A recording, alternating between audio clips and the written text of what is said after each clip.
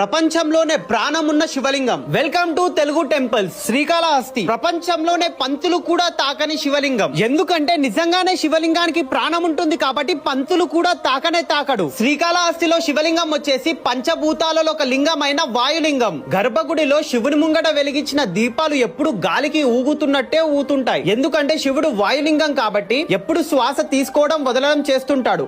అందుకే ఆ దీపాలు అలా గాలికి ఊగుతున్నట్టు ఎప్పుడు ఊగుతూనే ఉంటాయి. ఈసారి మీరు శ్రీకాళహస్తికి వెళ్తే ఖచ్చితంగా అబ్జర్వ్ చేయండి. దీపంలోనే స్వామివారు అయితే దర్శనం ఇస్తారు. ఇంకొకటి ఏంటంటే శ్రీకాళహస్తిలో అమ్మవారు వచ్చేసి జ్ఞాన ప్రసూనాంబ. అమ్మవారు నడుముకి నాగవడ్డానం అయితే ధరించి ఉంటుంది. ఆ నాగవడ్డానం ని దర్శనం చేసుకుంటే రాహుకేతు దోషాలుండవని చెప్పి భక్తులైతే నమ్ముతుంటారు. ఈసారి మీరు శ్రీకాళహస్తి వెళ్ళినప్పుడు ఖచ్చితంగా స్వామివారి ముంగటున్న దీపాలను అయితే అబ్జర్వ్ చేయండి. ఇంకొకటి అమ్మవారు ధరించిన నాగవడ్డానం ని కూడా దర్శనం చేసుకోండి. ఇట్లాంటి మంచి టెంపుల్ ఇన్ఫర్మేషన్ గురించి ఈ పేజ్ అయితే ఫాలో చేయండి. ఇలా అయినా శ్రీకాళహస్తికి వెళ్తే